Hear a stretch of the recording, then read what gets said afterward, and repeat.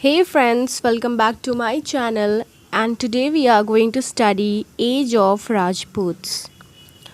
तो दोस्तों बिना देरी किए आइए टॉपिक की शुरुआत करते हैं। राजपूत जो थे उन्होंने काफ़ी स्ट्रगल किया कन्नौज को हासिल करने में और वो डिवाइडेड है 3 पार्ट्स में, पल्लाज, प्रतिहाराज, राष्ट्रकूटाज। तो अभी शुरू करते हैं पल्लाज से। तो पल्ला एम्पायर जो है उसको खोजा था गोपाला ने 750 एडी में और उसका बेटा धर्मपाला काफ़ी मेहनत किया अपने पिता को जिताने में, उसका सक्सेसर बन गया। Dharmapal was very successful ruler और इन्होंने बहुत सारी जगह ऑक्यूपाई कर ली जैसे कन्नौज और उसके इर्द गिर्द जगह, और फिर अपना शासन धर्मपाल ने बढ़ाया और वो प्रज्ञा ज्योतिषपुर जो कि असम में है वहाँ तक एक्सटेंड करते हुए ले गया। पल्ला एम्पायर के लोग बौद्धिस्ट धर्म को मानते थे और यहाँ पर धर्मपाल ने काफ़ी मेहनत किया था नालंदा यूनिवर्सिटी को फिर से रिवाइव्ड करने में, और इसने एक यूनिवर्सिटी भी बनाया और यूनिवर्सिटी का नाम है विक्रमशिला यूनिवर्सिटी। समझ रहे हैं आप लोग? तो बहुत सारे बुद्धिस्ट एम्बेसडर्स को तिब्बत से बुलाया गया और उनको पल्ला कोट भेजा गया। वैसे तो पल्लास जो थे वो काफ़ी ह्यूज नंबर ऑफ़ एलिफेंट्स को संभालते थे, मेंटेन करते थे, क्योंकि वही उनका एक मिलिट्री पर्पस था। तो दोस्तों उस वक्त पल्ला जो है वो काफ़ी पावरफुल किंगडम बनते जा रहा था नॉर्दर्न और ईस्टर्न इंडिया में, और उस वक्त पल्लास की हमेशा लड़ाई होते रहती थी प्रतिहारा और राष्ट्रकूटाज से।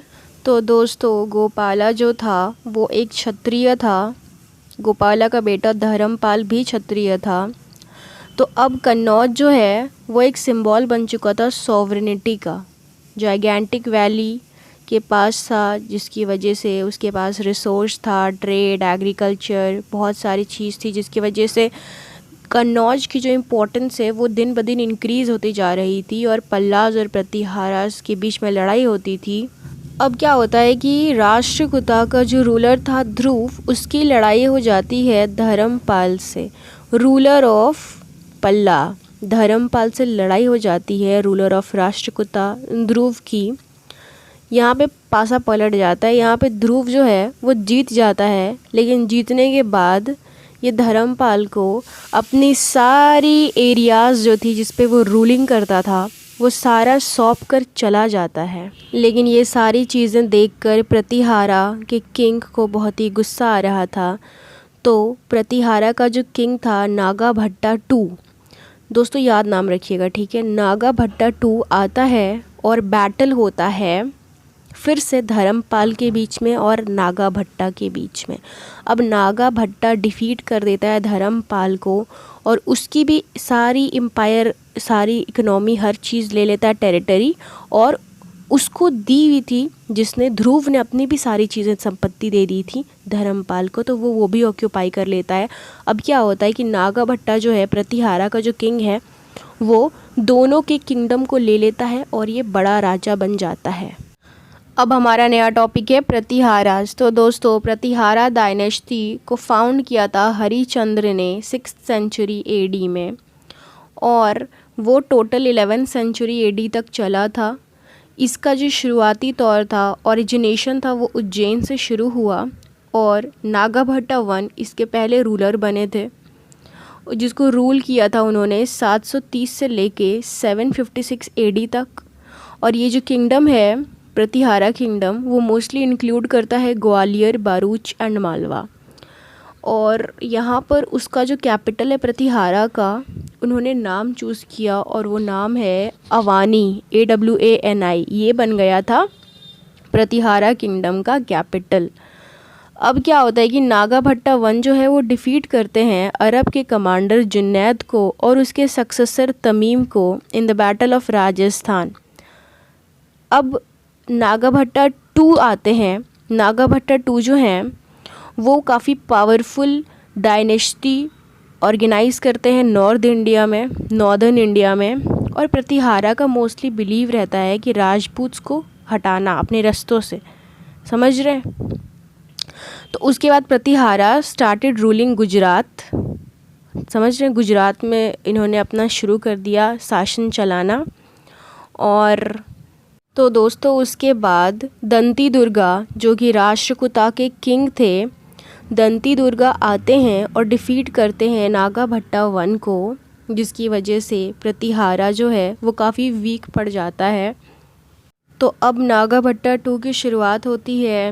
वो अपनी मिलिट्री को मतलब कि काफ़ी स्ट्रॉन्ग बनाता है, इतना केपेबल बनाता है कि वो मुस्लिम्स को मोस्टली निकाल सकें जो यहाँ आकर बस गए थे इंडिया में। प्रतिहारास के बारे में कुछ फैक्ट्स बता देती हूँ आप लोगों को कि नागभट्टा वन जो था वो रियल फाउंडर था और उसने डिफ़ीट किया मुस्लिम्स को ताकि वो वापस से अपने कंट्री अरब जा सकें, क्योंकि वो यहाँ पर अपना शासन चलाना चाहते थे। अब आते हैं दोस्तों तीसरे टॉपिक पे, राष्ट्रकूटास। तो राष्ट्रकूटास काफ़ी ज़्यादा मुस्लिम्स को उनके हाल पे छोड़ देते थे कि अगर आपको प्रैक्टिस करना है, मुस्लिम्स फेथ फैलाना है, इस्लाम फैलाना है, तो आपको जो करना है करो। लेकिन यहाँ पर राष्ट्रकूटा ख़ुद एक हिंदू थे, लेकिन वो मुस्लिम्स को बहुत सपोर्ट करते थे और वो लोग मोस्टली डीकेन एरिया में बेस्ड थे। और उस वक्त राष्ट्रकूटा को फाउंड किया था दंती दुर्गा ने, दंती दुर्गा, और उस वक्त उन्होंने उसका कैपिटल मान्याखेत रखा। लेकिन उसके बाद उन्होंने ऑक्यूपाई कर लिया नॉर्दर्न महाराष्ट्र को और फिर प्रतिहारास के साथ लड़ाई के मैदान में उतर आए, क्योंकि इन लोग दोनों को ही हासिल करना था, गुजरात और मालवा। और यहाँ पर राष्ट्रकूटास की लड़ाई प्रतिहारास से तो थी ही, लेकिन चालुक्यास, पल्लवास से भी लड़ाई थी और पांड्यास से भी, तीनों से। अम्रोवर्षा ये एक पोएट थे जिन्होंने लिखा था कविराज मार्ग। तो दोस्तों कैलाश टेम्पल को बनाया था इलोरा में कृष्णा वन ने।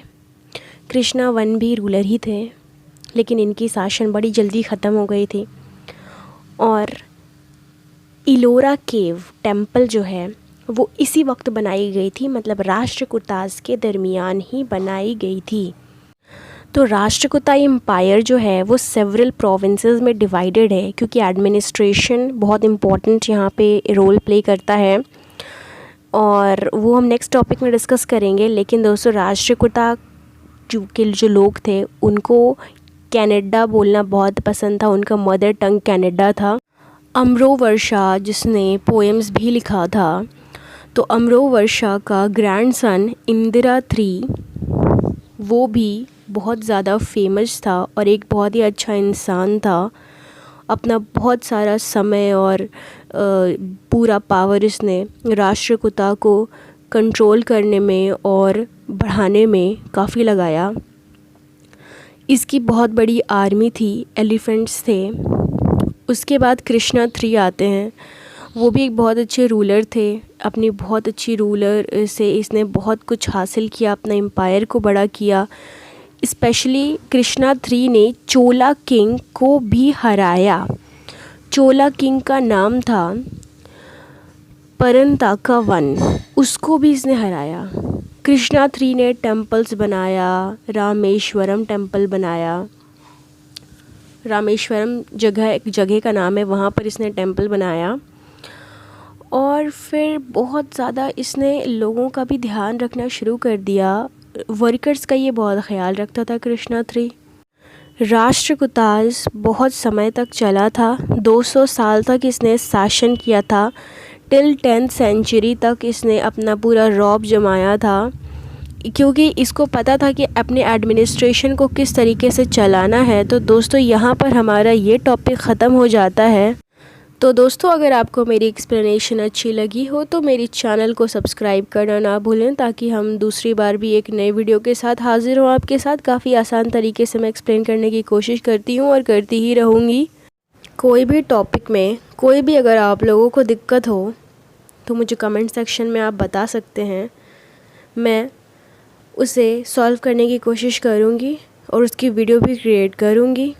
तो दोस्तों थैंक यू सो मच कि आप मेरी वीडियोस देखते हैं, और मुझे बहुत ही खुशी होती है, आप लोगों की रिव्यूज़ मिलती है कमेंट के ज़रिए। Thank you so much guys कि आप मुझे सपोर्ट करते हैं। Thank you once again.